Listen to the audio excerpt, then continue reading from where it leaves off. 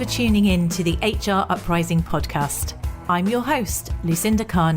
The HR Uprising is focused on helping forward-thinking people professionals deliver real lasting value in their organisations. I'm a chartered psychologist, speaker and trainer, and recently authored the best-selling business book, How to Be a Change Superhero. My day job is founder and CEO of software and training business Actus. This gives me the opportunity to work with other businesses like yours. We are focused on building a better workplace for people wherever they are located, with the help of our performance, learning and talent management software and our training and consultancy services. Every week on the podcast, I will be covering different topics and challenges, joined by relevant experts and real-life people professionals. Thank you so much for tuning in. I really hope you enjoy and get value from this week's episode.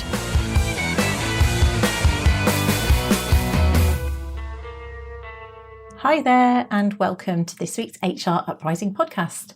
And this is a second one in our how-to series, the practical solo sessions, where I'm going over some topics that people have requested or found interesting, or perhaps I've covered them previously and it was either a long time ago or there were lots of follow-up questions. There was quite a lot of complexity in it. So I'm stripping the subjects back to make it hopefully more how-to, basically bullet points that you can follow. Quite often there's a blog that will follow on from these or would link to this content. So I'll also in the show notes, if I refer to a previous podcast episode or a blog, then you can go and look it up if you want more information on that particular topic. So this week we're going to talk about how you can deliver 360-degree feedback. Now I appreciate that this is possibly quite a specialist subject, but I found that the episode that I did, which was all about 360 feedback, from designing the questions to managing a program to delivering feedback, had huge amounts of information in it. I've also done webinars on this topic, and increasingly, possibly because we have now got an Actus 360 Now product, we're working with more and more people who are delivering or using 360 as a tool. And they want to keep the costs down in an organisation, which I totally understand. And the main part about 360 feedback is you want to make sure that people have a valuable developmental experience from the 360 feedback. In my opinion, that's what it should always be used for. I won't go into the whys and wherefores because that is on the previous episode. What I want to do is focus this on is if you are somebody who you would like to deliver the 360 feedback in your organisation, but you perhaps don't feel hugely confident about how to approach it, you're worried that people might ask you questions that you don't know the answer to, and you just want a little bit more confidence as to how to do it. Obviously, I would recommend you have some training or coaching and there's a bit of a background which would benefit you. But this podcast is designed to give you some practical pointers that you can do. And if you already do have a good background in coaching, then you could probably just follow these pointers and get on and do it yourself. So you're in a position where your organisation has invested in 360-degree feedback and you have got people in your organisation who need to have the feedback delivered to them. You might alternatively be an independent HR professional who wants to deliver 360-degree feedback as a service, and actually the report itself is only one portion of the cost. The main value you can get is actually from using your time to guide people through it.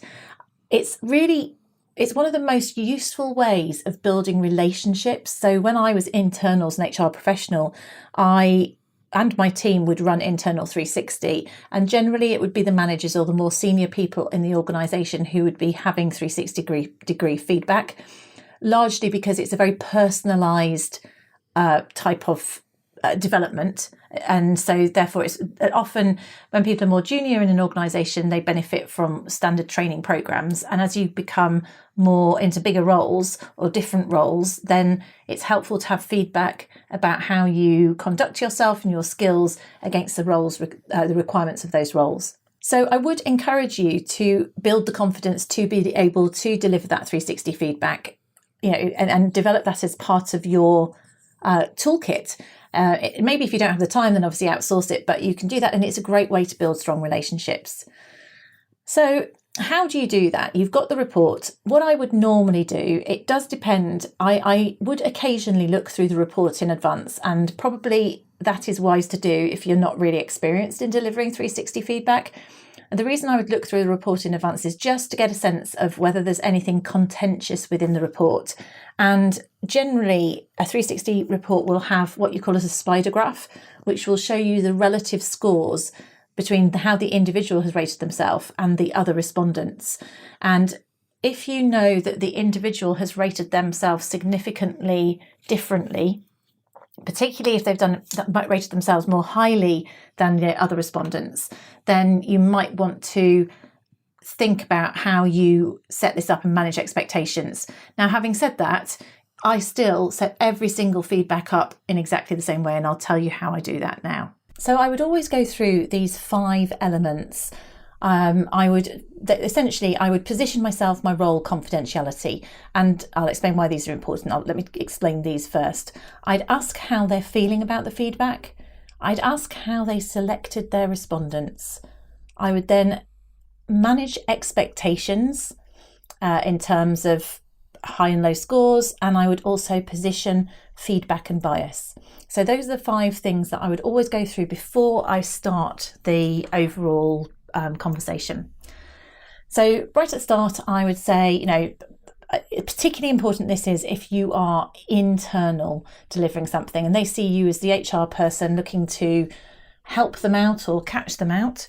I'd say, first of all, start by positioning yourself that whatever your role day to day, your role in this situation is a coach and feedback giver. If you're external, it might be more easy to do that, or the same if you're in learning and development, you're more often seen as neutral. But sometimes people feel a bit nervous talking to HR, so positioning your role and saying that you are a coach for the purpose of this feedback, the purpose of your role is to help people to get the most out of the feedback and to see it as a development opportunity, and anything you discuss within that environment will be confidential. You might recommend that they go and take the feedback back to others, but sorry if you can hear snoring in the background, that's my cat. So if you can reassure people that it's confidential and they might take feedback back to others. But you're not going to be taking it off or reporting. This isn't going to, unless the purpose of the feedback is to feed into some sort of career plan, nothing's going to happen without this person's knowledge or consent. So really important to build trust right at the start of the relationship, positioning your role and the confidentiality. Now, the second point I'd say is ask how they feel about feedback. I'd also say, have you had 360 feedback before, to find out whether it's something that they have experienced, in which case they might be quite relaxed about it, or they might be really nervous. And this is quite important as well. These 5 points that I'm talking about, don't draw them out too much because you're potentially building up the tension for people. But just say, how are you feeling about this? Have you done it before? So if they've done it before, great. So you know what to expect. They may or may not. If they say they're a bit apprehensive, that's completely normal. One of the things that I teach when I do the management training programs is that whenever you say to somebody, I'm going to give you some feedback, it actually triggers our fight or flight response.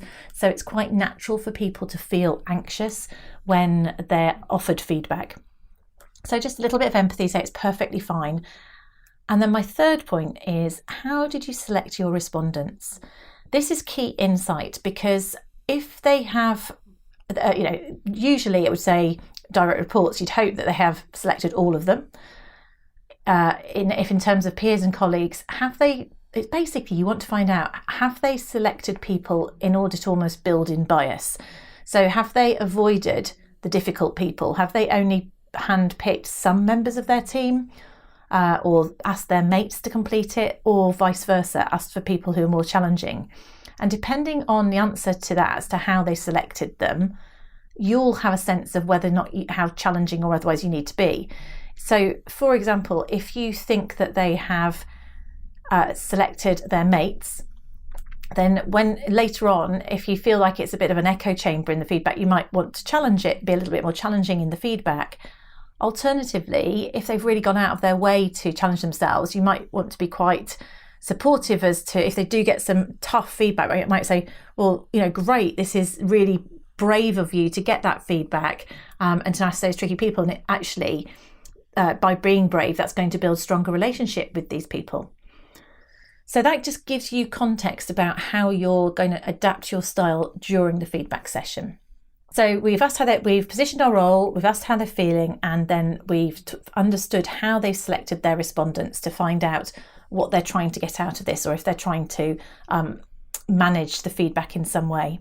I then go on to sort of managing the expectations in terms of how feedback comes through, really. And these 2 points, this and bias, kind of link together.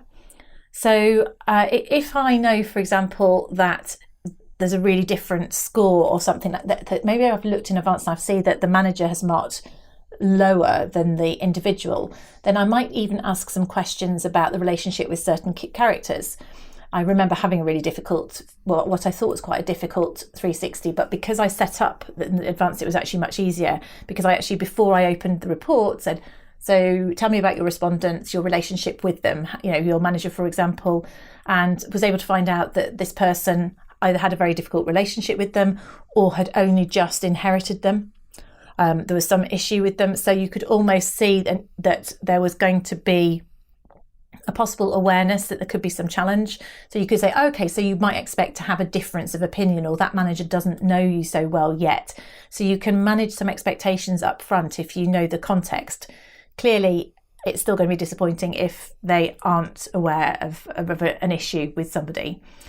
But then there's also the piece where I would say, in terms of managing expectations / positioning feedback and bias, I always explain that all feedback is helpful, but ultimately it reflects the perception of others rather than reality.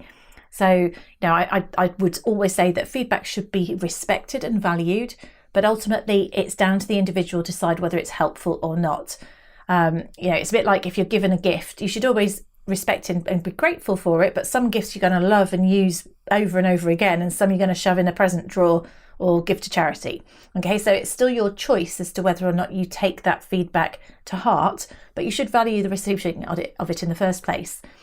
The other thing I do is explain that there's always a level of bias in feedback, and just like our teachers at school, some people are naturally very high markers, some are very low markers. And there's also a recency / primacy effect, which basically means that if you've had an argument with somebody in the last few days and just before they fill out your feedback, the likelihood is they're going to be tougher on the feedback than they would have done when you've just been out and had a great social and feeling really positive about each other. So people are biased in terms of how they respond. Setting those things up in advance means that if you have something niggly later, you can come back to it.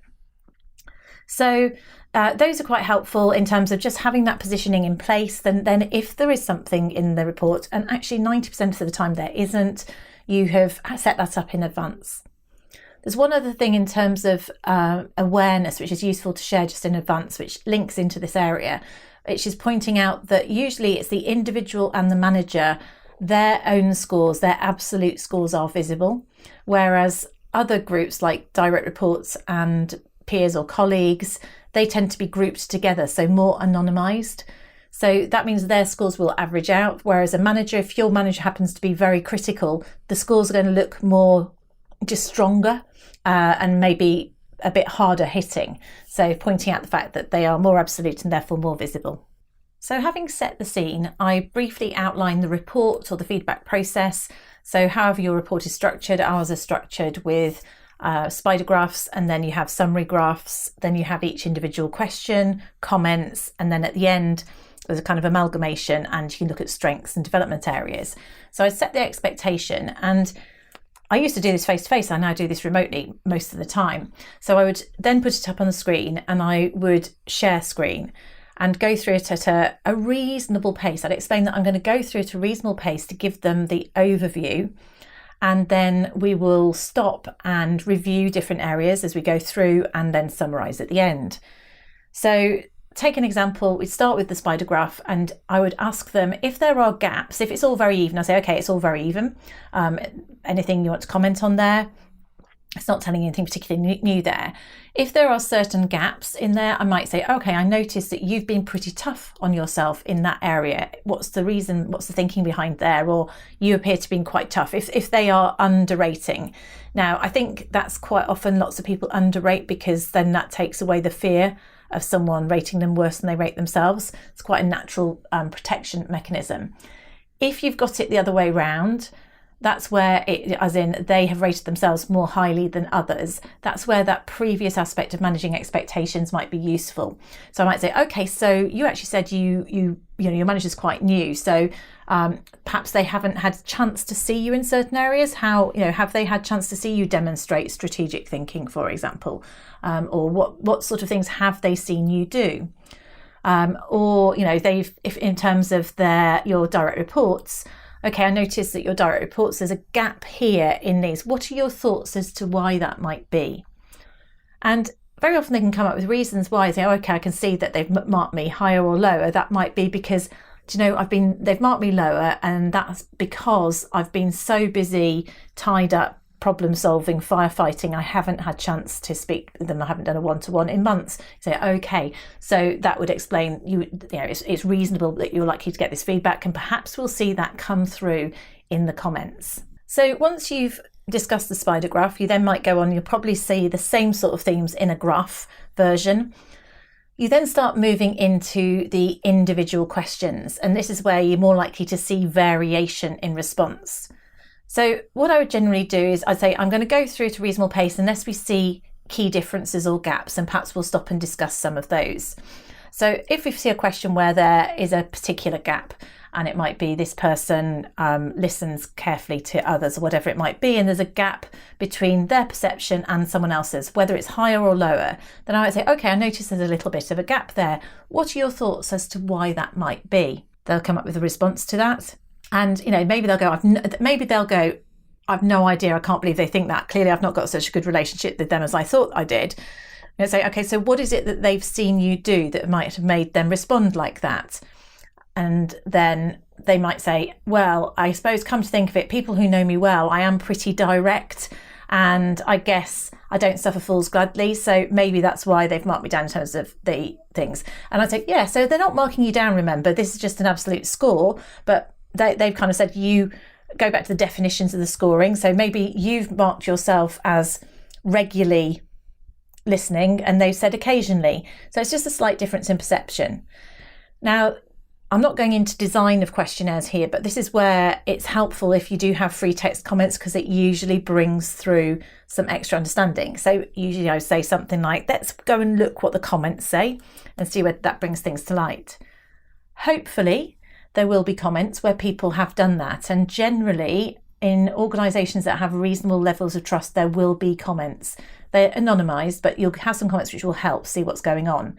In organisations with less high trust, then people don't always write so much. So you get to the comments and you see that actually there is a comment that, Fred Blogs is quite direct in meetings and sometimes upsets people, or it sometimes makes them seem like they're not listening.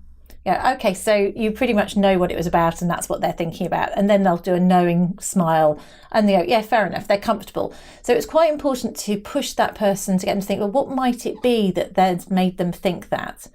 Now, if you'd coached them at the point of the gap and they couldn't come up with a reason why someone might have given them feedback, maybe the comments tell you what it is and you say, okay, so does that make sense? Can you think of an example where you might have demonstrated that? They certainly seem to perceive that you don't listen regularly in meetings or whatever the question was. And hopefully they feel more comfortable and go, actually, I can see why that is.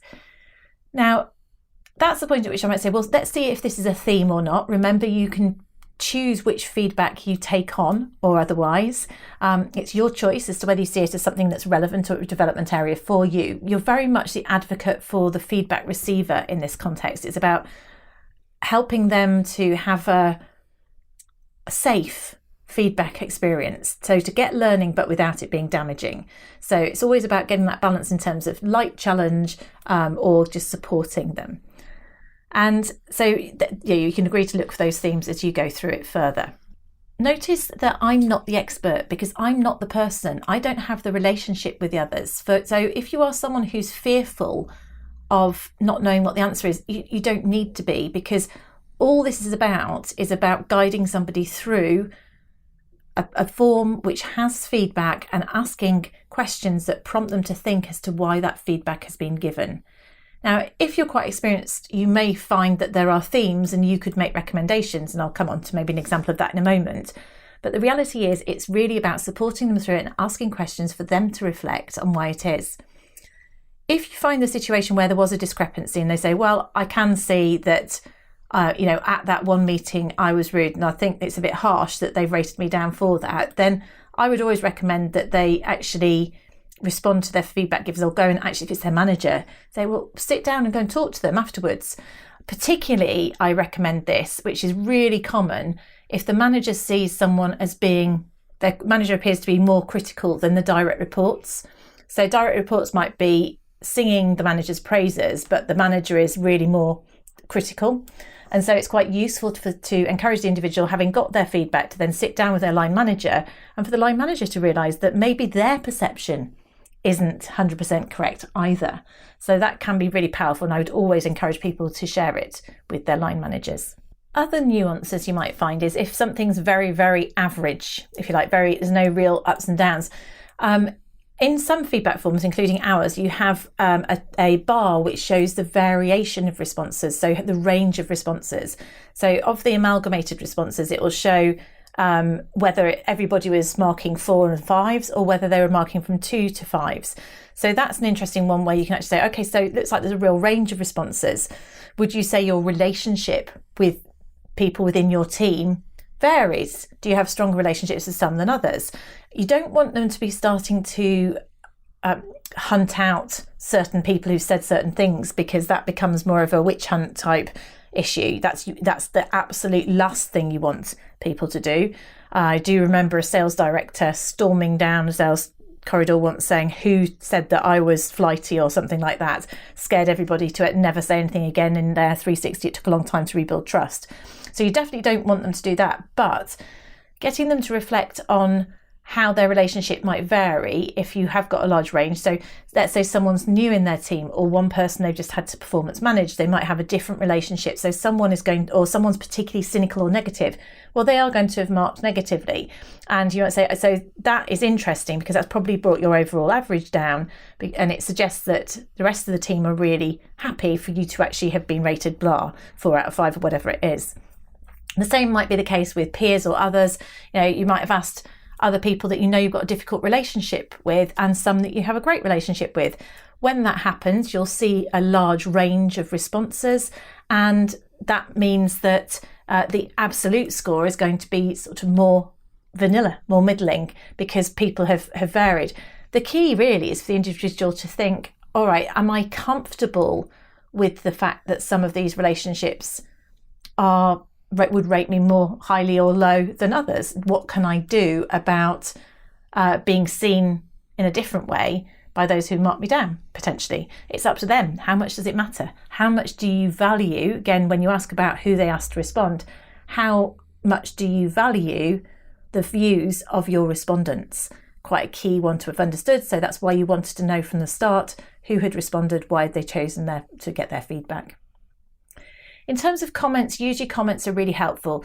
The other point I'd make here is just go through at a reasonable pace. And what I'd do is I'd go through the scores, I'd ask questions about the gaps. And then when it comes to the written comments, which is usually maybe in each section, I'd stop and let the individual read them. And if you're doing it virtually, you can see them on the screen as to where their eyes are, as to how they've read them. And you can also watch how they're reacting to it. So you can see if they're smiling, or you can see if they look a bit awkward or uncomfortable.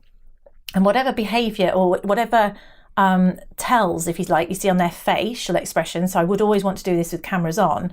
You can ask, how do you feel about that? Especially if they look happy, say, how do you feel about that? And they say, oh, I'm really chuffed. I'm really quite surprised that they've been so nice. So it's important to get them to express those positive emotions if they've had that. Or how do you feel about that? Say, oh, I'm really puzzled as to why that is. And so that's really important if they've had that emotion, that you say, okay, so what do you think the reasons could be? When was the last time you saw them? Why do you think they might view you that way?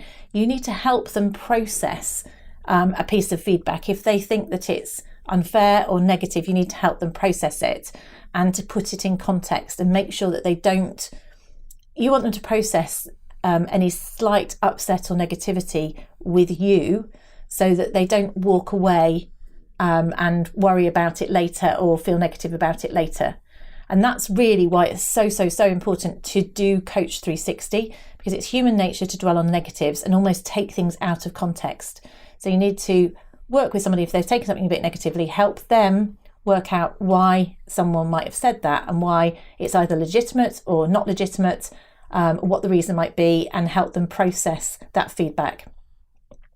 Quite often you might see it as something, trying to think of an example, but you might have seen a theme that people are sort of saying through there, and this person may not be aware of that. And you might be able to say, perhaps there's a pattern here of people where you told me earlier on that we've just been through a really sort of busy, stressful time, and you are someone who likes to be a technical expert. So people have been coming to you for advice and guidance, and because you're in a hurry, you will give them the advice, but you don't necessarily have time to coach them how to do it themselves. So in that situation, people are going to see you as not really being someone who asks open questions or listens. You're helpful, you're giving them the answers, but you're not really developing them. We can take the heat out of something like that. So someone might be criticising that individual for not listening, for not coaching, but you can help them see, if you've told me that you behave in this certain way and this is why, can you see that therefore a younger or more junior member of staff might see that as intimidating? They may be too scared to ask questions, or they may not feel that they know how to do it themselves, which means that the knock-on is that you're going to carry on being busier and have even less time to manage. So you can, in a sort of objective way, reflect back what a situation which you're kind of seeing as an outsider is probably what's going on, might happen, which may result in someone giving feedback that they don't listen or they don't coach or whatever it might be. So where you see patterns, you can reflect that back and say, okay, first of all, get them to think about, why do you think that might be? But then say, well, sometimes I've seen it this way. It could be this. So you're suggesting, so you're using sometimes, occasionally, you don't know, so it's only a suggestion. So you need to use quite, maybe, could it be because of this? And that's actually maybe too direct. I would usually use it in the third party, the way I was saying, where, occasionally I've seen scenarios like this where people have interpreted it a certain way. So this is by using that third party, it's really non-emotional, and it takes emotion out of it, and it's non-personal. And it's easier for the person to think, oh, I could see how that might be the case, and to maybe choose to identify with it, as opposed to me suggesting an answer. Could it be that you are like this, which is very personal? And they may think that's fine if you've got the relationship, built the trust, but actually maybe using more of a third party neutral approach is better for people to take it on. So you go through the report, and those are just various examples of scenarios you might find, but the point is just really focus on that person getting the most value out of it and having a positive feedback experience, and ask questions that occur to you. Follow your intuition, listen to what they're saying, and notice their non-verbal facial cues. It could be body language if you're face to face, but certainly facial cues on there, and ask natural questions alongside it. What are you thinking, or how do you feel about that? So good open coaching questions. Once you get towards the end, don't try not to dwell on stuff too long. I would generally keep a 360 feedback session to under an hour. I think about 45 minutes to an hour is about maximum. Then what you want to do is go towards the end and then talk about what are your development plan. It may go on longer if you're going to go into development plan and agree smart development objectives. That's where you might spend more time at the end. If you're just delivering the feedback and helping them draw some broad conclusions, then I would want to say something like, what are you particularly pleased about? What development areas, what might you want to do differently? How are you going to do it differently? What are you going to take away from this? So just draw that. And again, depending on whether your role is to help them be very specific about those objectives or more general, depends on how long you spend at the end coaching to conclusions. And then very finally, I recommend encouraging that person to go back and say thank you. They don't need to share their report. I do encourage them to sit down with the line manager, as I said earlier, but I would encourage them also to go back and Ideally, maybe email people who have responded and just say, thank you very much for taking the time to give me some feedback. I found it really valuable. I'm going to work on these points. And I appreciate you making the effort. The reason I recommend that, particularly in an organisation, is that it builds trust in the process, that it's happened. It does take people time to respond to feedback. And if they give good quality comments, that makes such a difference. But they tend to only do that if they trust the process or like the person or don't like the person. And lots of people won't make the time. So it just creates a good positive culture around providing quality feedback to people. So encouraging people to go and say thank you in a fairly generic way is something useful, I think, culturally to support the process. So hopefully that made sense. Just a quick check back on that. I talked about the 5 things that I do at the start: positioning my role and confidentiality, ask how they're feeling, understand how they selected their respondents to know whether to be more challenging or more gentle, as to whether you expect it to be tough or easy, manage expectations if you've seen that it's going to be particularly tough from a certain person, talk about feedback and bias, so high and low raters, people being identified as individuals will make a difference there. Then in terms of the actual feedback itself, just trust yourself. Take an interest in the person, focus entirely on the person and ask what comes naturally. Ask open questions, ask how they're feeling, look for verbal and non-verbal cues and be constructive, and don't think you have to know the answer. If they say, what do you think, which is really rare in 360, I would be inclined to go back and say, it's hard for me to say because I don't know the people and you're the one with the relationship.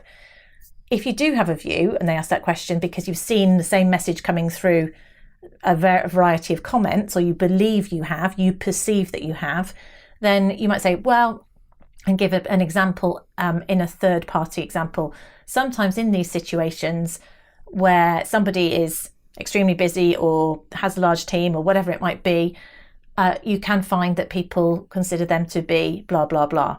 Could this be the case? What do you think? And flip it back to them. And then summarize and close, really focus on not just things they need to do better, but things that are existing strengths to make those even stronger or utilize them more, and feed into a development plan and suggest that they go and give some feedback back to others, saying thank you very much for taking the time to deliver 360. So that's my more detailed version of how you might do 360 feedback session. If you want to have more information on that, I've done a blog on this. We've got a complete ebook, The Complete Guide to 360 Degree Feedback, that you can download. Links will be on hruprising.com. We've got other episodes on this. If you want to do 360 feedback, take a look at our Actus 360 Now product. It's really, really straightforward, really cost effective, and easy to use. Comes with ready to go templates. And and also we do training. If you still feel that you'd like a bit of hands-on training, we run training sessions as well on this. So I hope you found that useful. Thanks for listening. I really hope you found this week's episode useful and enjoyable. If you did, perhaps you could recommend us to a friend or colleague, or give us a review on your platform of choice. It really helps new listeners to find us. Now you can access links to any of the information mentioned in this show via the website www.hruprising.com. Further free resources are also available at www.actus.co.uk. There you can also find out more about our software and training solutions. Finally, why not join our LinkedIn group, the HR Uprising, to share ideas and collaborate with other like-minded people professionals. Thank you for listening to the HR Uprising podcast.